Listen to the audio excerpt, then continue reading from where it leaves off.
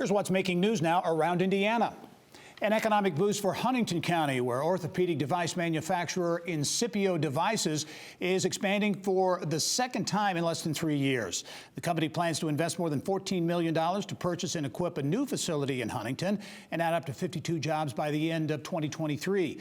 Incipio designs commercial orthopedic devices. The company has tripled its job growth since announcing a $7 million investment in 2017.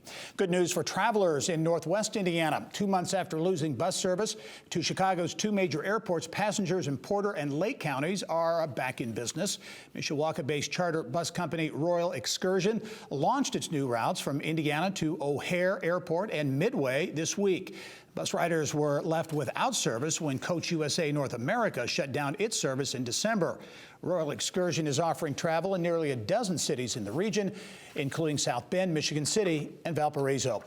And DePaul University has named its 21st president, and she is the first woman and the first person of color to lead the institution.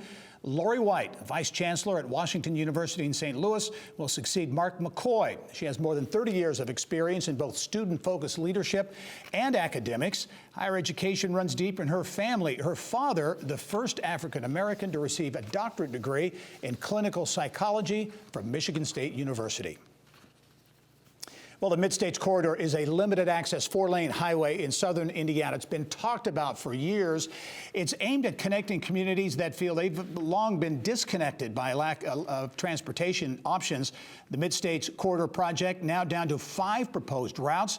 And the push is on for a route that would traverse through the French Lick area, then north through Bedford, and eventually connecting to I-69 in Bloomington. I'm pleased to welcome to the program Lawrence County Economic Growth Council CEO Shance Sizemore and Orange County Economic Development Partnership Executive Director Zach Brown, who say the route is essential to bring workforce to communities in an 85-mile stretch. Gentlemen, welcome to the program. Thanks, Gary. Zach, I want to start with you. This project, or this idea of a new highway in southern Indiana has been talked about for a long time. Why is it so important? Why is it so needed to have this new system? Well, we have developments, Gary, that have taken place over a number of years, and so we're finally starting to see the economic vitality of our community. And we know that this road will be aimed at improving the economics in Orange County and surrounding counties through connectivity, as well as options for population growth, workforce attraction, and so on. And again, those who've been there understand it. Those who haven't been to southern Indiana don't maybe understand how disconnected it is. It's not easy to get from point A to point B. Absolutely. So currently, whenever we do have visitors come to the community, especially from the north, the fastest route on our GPS takes them through a windy country road. And so by adding the Mid-States Corridor project to our community, it gives us access to from outside the community into the community much easier, and then from inside the community outside the community. Let's talk quickly. Route you're proposing, you're supporting Route O. Again, there are 5 proposals. Route O.